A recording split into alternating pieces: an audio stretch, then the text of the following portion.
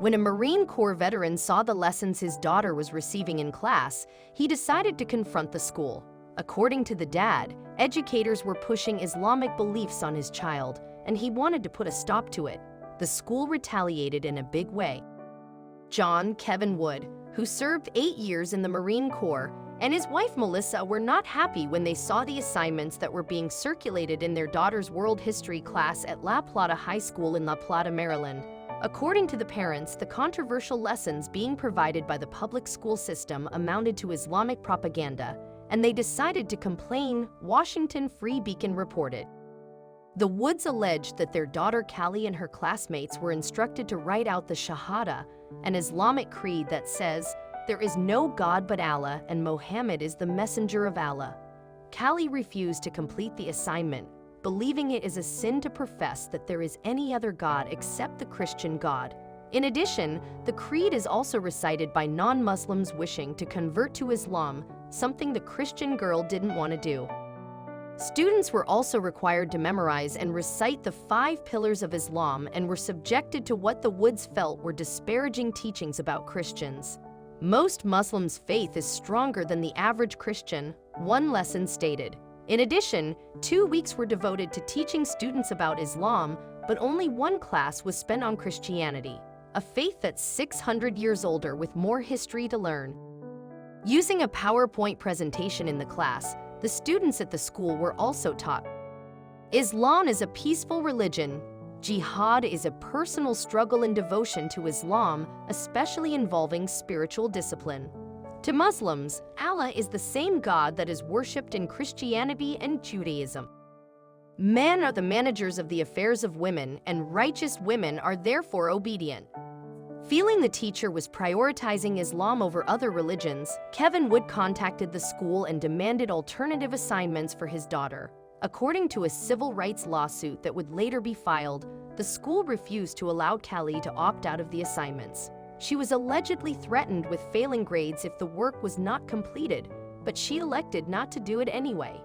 However, the issue did not end there.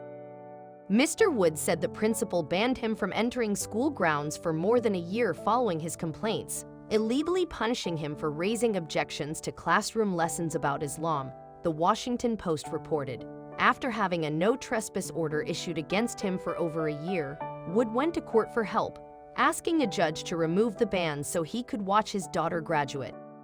The order, which his lawyers posted online, said Kevin Wood made verbal threats against the school, but he denies ever threatening physical harm against anyone. What he did threaten, he said, was to take his concerns public by going to the media and to lawyers, and he made good on that promise. A lawsuit was filed in federal court by Thomas More Law Center on behalf of the Woods against the Charles County Public Schools, the Board of Education, and the principal and vice principal of the school. The complaint alleged that the Islamic lessons violated Callie's civil and constitutional rights.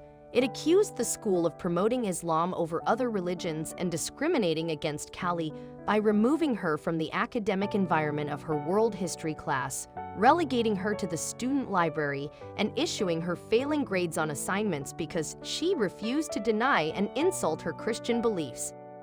Parents must be ever vigilant to the Islamic indoctrination of their children under the guise of teaching history and multiculturalism.